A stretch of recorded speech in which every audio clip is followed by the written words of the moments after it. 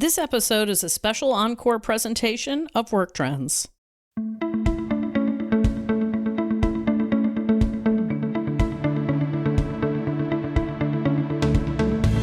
Welcome to the Work Trends podcast, brought to you by Talent Culture. I'm your host, Megan M. Bureau. Every week, I interview smart people reimagining the world of work. Be sure to stay current with all of our interesting podcasts by visiting our page at Talent Culture Work Trends on Apple Podcast or Spotify. And of course, you can listen at talentculture.com on the podcast page. Hello, everyone. Welcome to the Talent Culture Work Trends podcast, sponsored by ComplyRight. I'm your host, Megan M. Bureau, and today we are diving into the critical elements of compliance, which have been redefined in the shift towards more remote workforces. We are tapping the expertise of our friends at ComplyRight, who help employers navigate the complex web of federal, state, and local employment laws. But before we jump into today's podcast, go ahead, do me a favor. Ask yourself these two questions. Number one, has your organization adjusted its compliance policies to account for remote employees? And number two, do you think your leadership team understands compliant laws well enough? Okay, let's get started.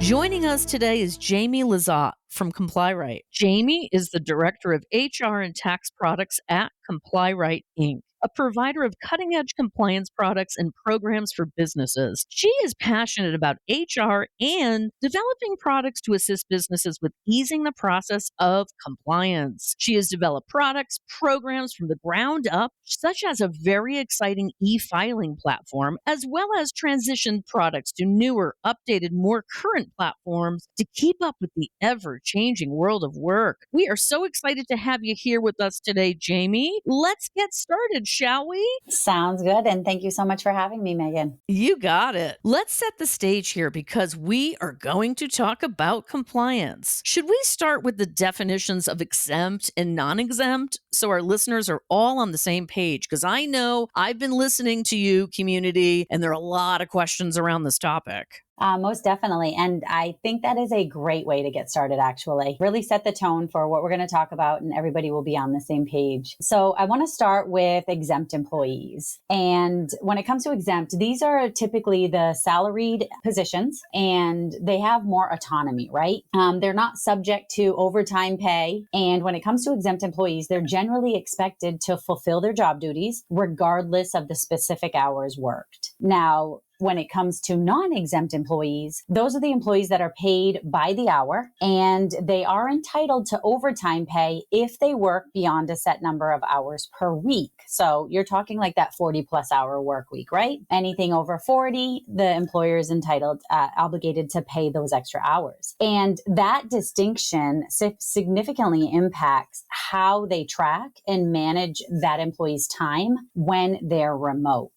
So very important to understand the difference there. Well, and you just said the word remote, right? While this is basic to some of our listeners, it is foundational information that others may not fully understand just yet. So I am so glad you're here to define and explain what's quite important in following the rules. So tell us, what are some time and pay regulations that employers should be considering with remote workforces? Well, I love that we started by really explaining exempt and non-exempt, because this is definitely going to be a little bit easier for me to address so everybody can stay along. So non-exempt employees, they should ideally track their hours similar to how they would do it while, if they were still in the office setting. So that would include them clocking in and out for breaks. That would be any break that's exceeding 15 minutes, and even at the end of the workday. However, the key here when it comes to that employee clocking in and out is simply trust, because we're not there to see them, right? And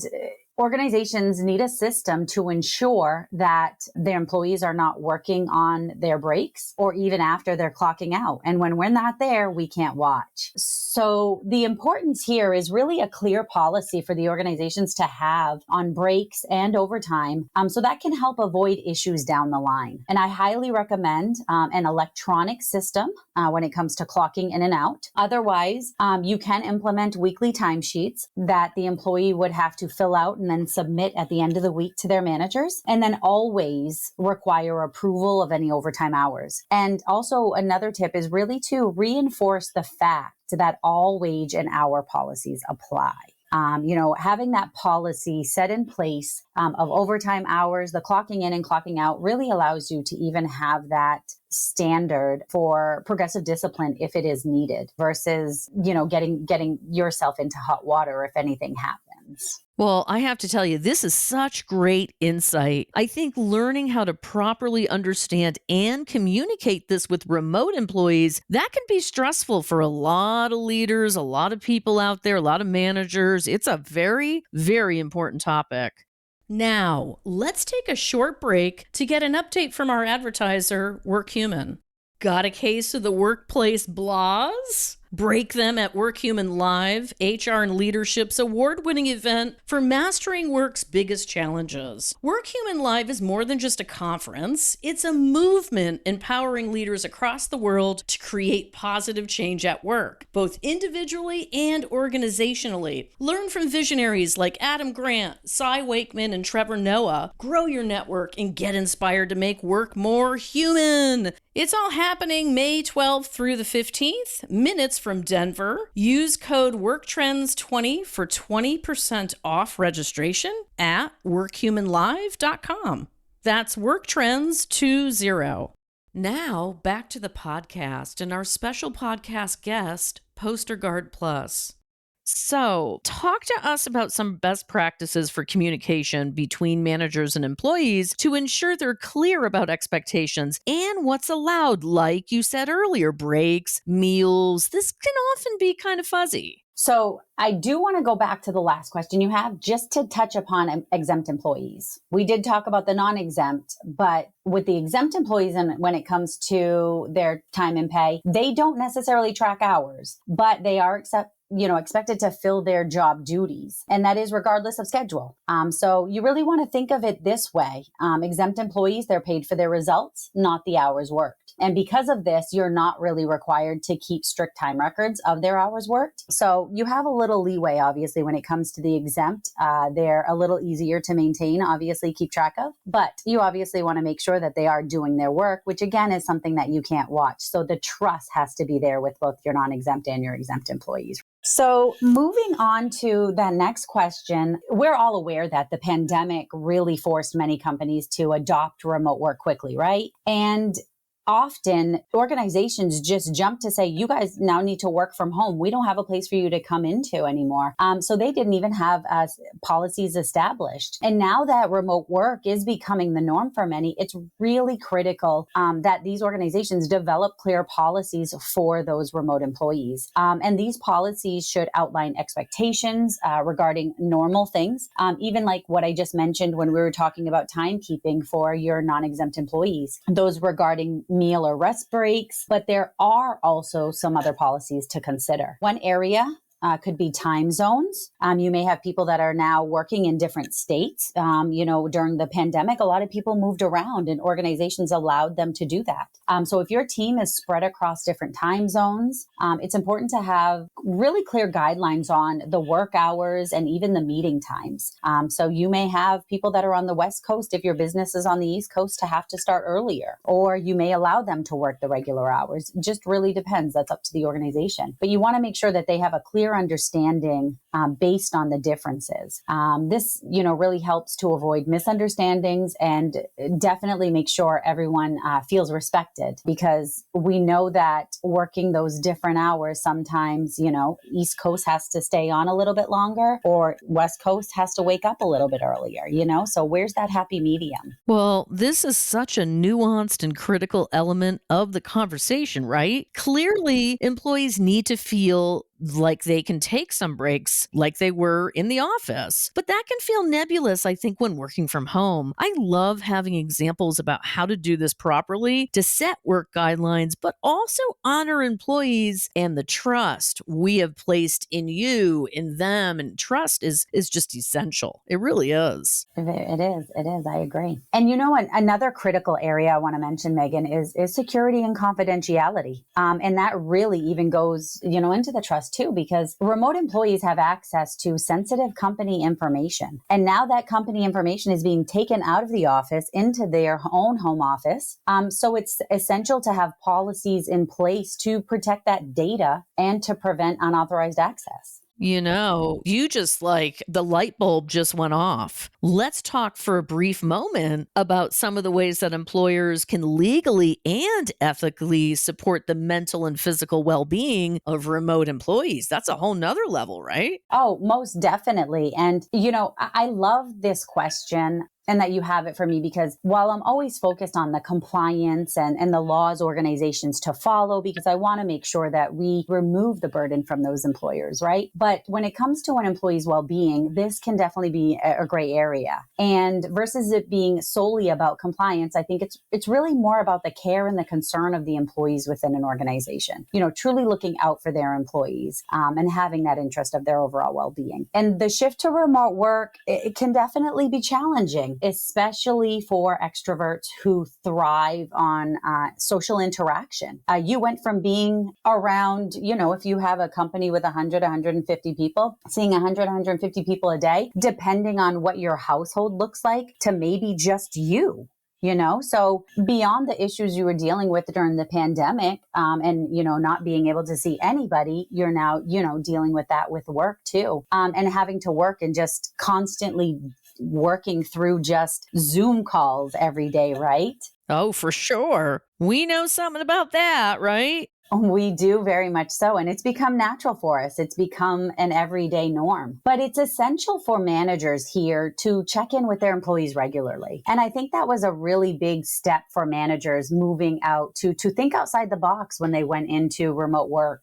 How can they get their teams engaged more? And some companies were doing socials even through media. I heard other companies getting together, instead of the outside happy hours or things like that, they figured out ways where they could send a project to their house and do it all together. But just like I said, thinking outside the box. But with remote workers and particularly exempt employees, they can easily fall into the trap of working long hours, obviously leading to what we call burnout, right? And I want to share something that I saw on monster.com, a survey just this year really found, and this is a staggering number, of 69% of remote workers experiencing burnout symptoms. Yeah. Well, we were burned out before. Chances are now that some of us are remote, and if we're feeling disconnected and then we're feeling like we have to go above and beyond now. This is a big topic. It really is. Most definitely, and it's not just work, right? On top of work, with remote employees,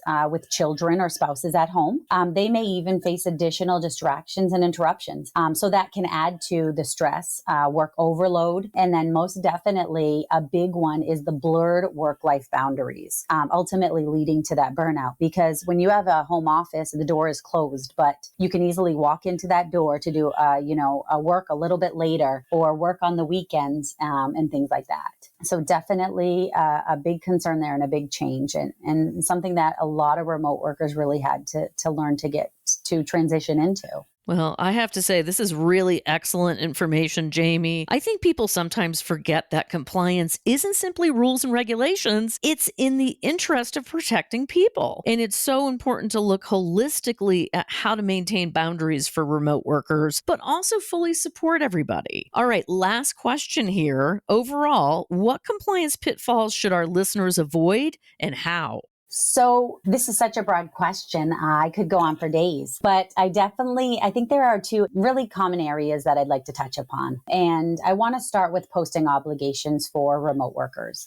This is a very common question we get. And it's an area that can get fuzzy again as you move from the office to a remote location. However, by law, you are required to provide those mandatory notices to all employees. Although the regulations, they don't specify the format, whether it's going to be paper or electronic, you are responsible for communicating that same information to your home-based workers or as those on site. So even if they're not home-based, they may be at a different location, right? But without legal specifics on how to address this area of posting compliance, you really need to use your best judgment. So if your remote employees go to an office a few times a month and their current labor law posters are displayed there, then that should be sufficient.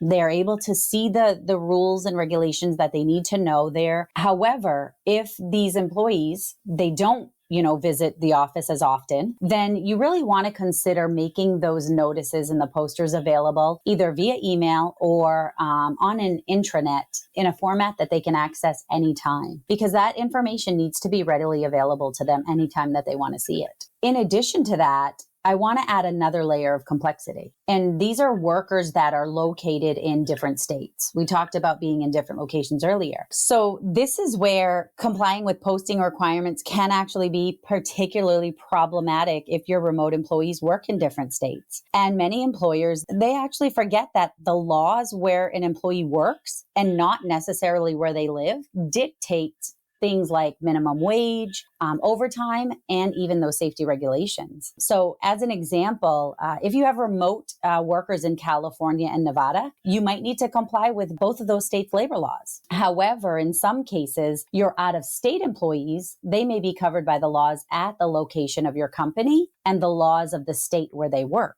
So how do you navigate questions like this, right? Or situations? Well, really, the best way is to provide both sets of those state-specific postings to remote workers. So as an example, if your business is located in California and you have remote workers in Nevada, you would simply just supply them with both those state postings just to make sure that you're on the safe side. But my main point here, Megan, really is that you must communicate the information that's included in the employee postings to all employees. And that does include those employees that are offsite or that work offsite or at home, and obviously on site. The law is unclear, though, on the format for doing this, that gray area. And while we recommend the electronic delivery of postings where workers can download, they can even view and acknowledge receipt of all required postings, this does satisfy your obligation to communicate their rights as covered in the mandatory federal and state notices. And another pitfall I do want to share is when it comes to paying remote employees correctly. So we talked about keeping track of their time and everything like that, but what about pay? And a common question is, how can employers ensure that they're paying their remote employees the right amount, especially if they're in different states, kind of going on trend with being in different states? Well, as I mentioned previously, it really is determined when it comes to employees by the state in which the employee performs the work. So the key is to track really where your employees are working and then calculate their wages and overtime based on the specific laws that apply to their location. So if more than one law covers an employee, then generally the way that you lean is towards the law that's more generous to the employee. And it's also important to just communicate clearly with your employees about their pay and any changes that might occur due to the changes in their work location. And of course, if you're really unsure, it's always a good idea to consult with an employment attorney to make sure that you are fully compliant at all times. Wow, this is great intel. Listeners, we are here to help you in so many ways. And if we help you avoid getting into sticky or costly situations, I'm all for it. This is excellent advice. So thank you so much for stopping by, Jaime. This has been amazing. Well, thank you for having me, Megan. And what I always say to my listeners when I'm out there doing webinars and whatnot is happy complying, and that's what we're here for.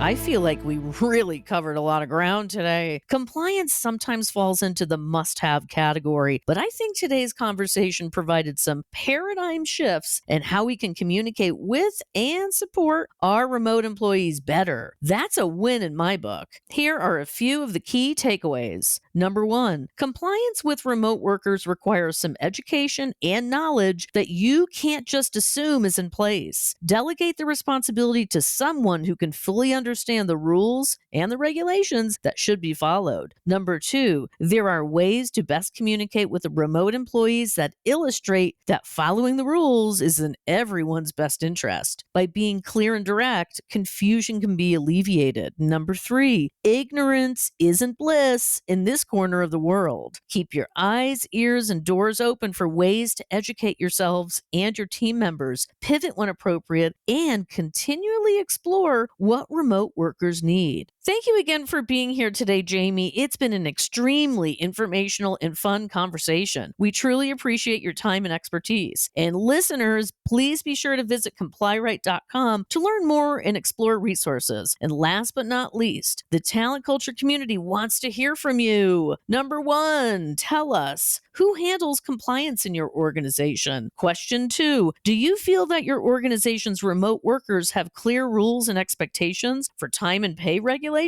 And number 3, what do you think are the best ways to support remote employees and set fair boundaries? Weigh in, visit us on Twitter, X, LinkedIn, and Instagram to share your responses to these questions, or feel free to reach out to me personally at Megan M. Bureau on the socials or mbureau@talentculture.com. And thanks for listening to the Work Trends Podcast, the place to find meaningful connections at work. If you love what we do here, make sure to share our podcast with everyone you know, or send us a question on the socials using the hashtag WorkTrends. See you soon, friends.